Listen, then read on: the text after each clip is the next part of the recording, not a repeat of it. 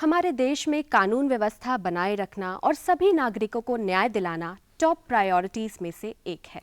बिल्कुल सही, क्योंकि कानून व्यवस्था जो है वो हर नागरिक के साथ सीधे तौर पर जुड़ा हुआ है और समाज के हर वर्ग को कानून हमारा प्रभावित भी करता है। बिल्कुल, और इसी संदर्भ में न्यू क्रिमिनल लॉज का इम्प्लीमेंटेशन हम सभी के जीवन में एक नई दिशा और एक नई उम्मीद लेकर आया है। तो दर्शकों, implementation of new criminal laws पर और जानकारी देने के लिए हमारे साथ जूम के माध्यम से जुड़े हैं doctor Mahendra Pal Singh, SP crime police headquarter, Uttar Pradesh police से। आपका बहुत बहुत स्वागत है सर हमारे डीडी मॉर्निंग शो में।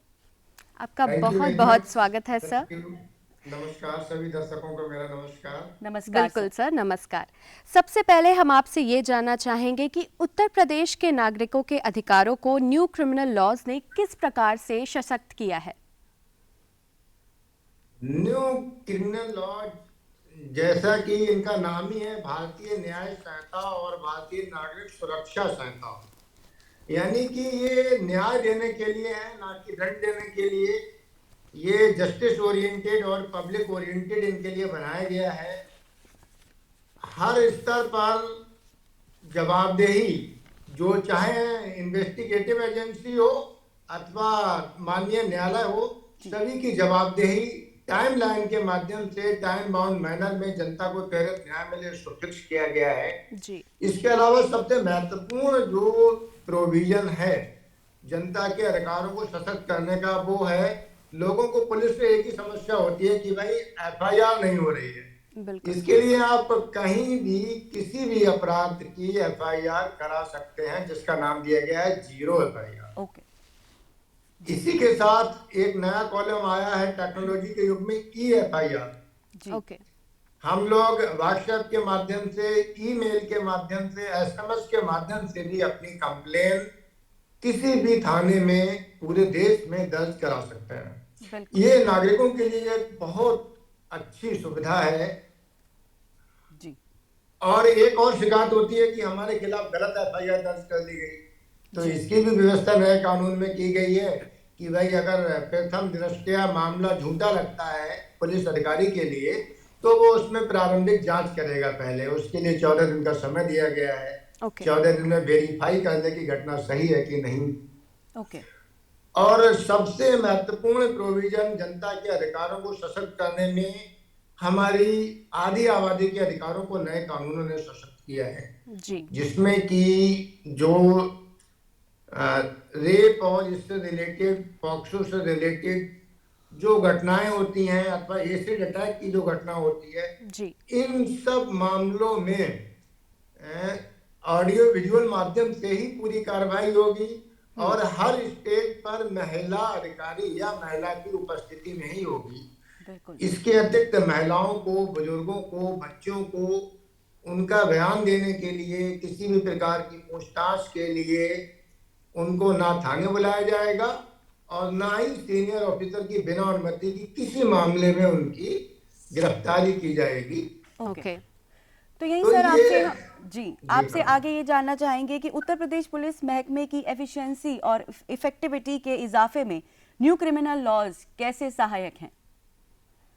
जहां तक पुलिस पावर्स की बात है तो नए कानूनों ने पुलिस की शक्तियों को बहुत ज्यादा सशक्त किया है जी।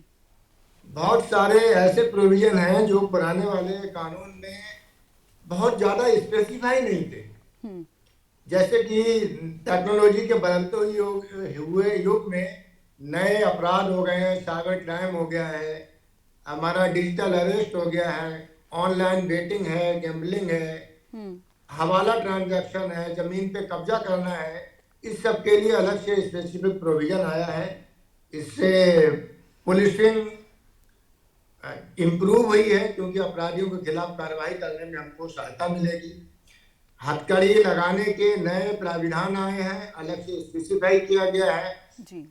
इसके अतिरिक्त अपराधी जो अपराध से पैसा कमाते हैं, अल्टीमेट उद्देश्य उनका जो है अपनी रंजिश के अलावा अपराध से पैसा कमाना होता है, उसकी जब्ती के संबंध में स्पेसिफिक व्यवस्था बनाई गई है कि उसको जब्त कर लिया जाएगा अगर आप अपराध करोगे तो जी। बिल्कुल। और बहुत बड़ी जो बदलाव आया है वो ये कि प्रत्येक नागरिक पुलिस के द्वारा मदद मांगने पर पुलिस की हेल्प करने के लिए बाध्य है।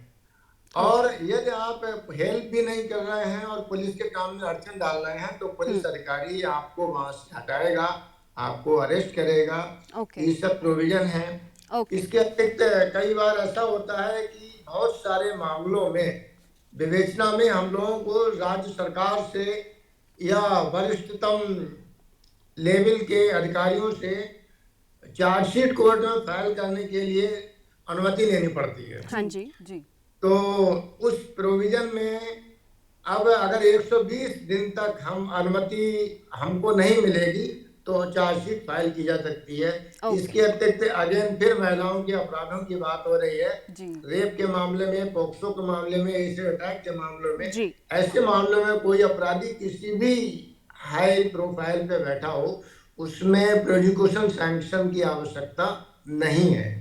बिल्कुल बिल्कुल। ओके। तो हम ये और कह सकते हैं कि सर ये जो न्यू अगर- क्रिमिनल लॉज हैं ये विक्टिम सेंट्रिक हैं और नागरिकों के लिए की सुरक्षा के लिए बहुत महत्वपूर्ण हैं। बिल्कुल।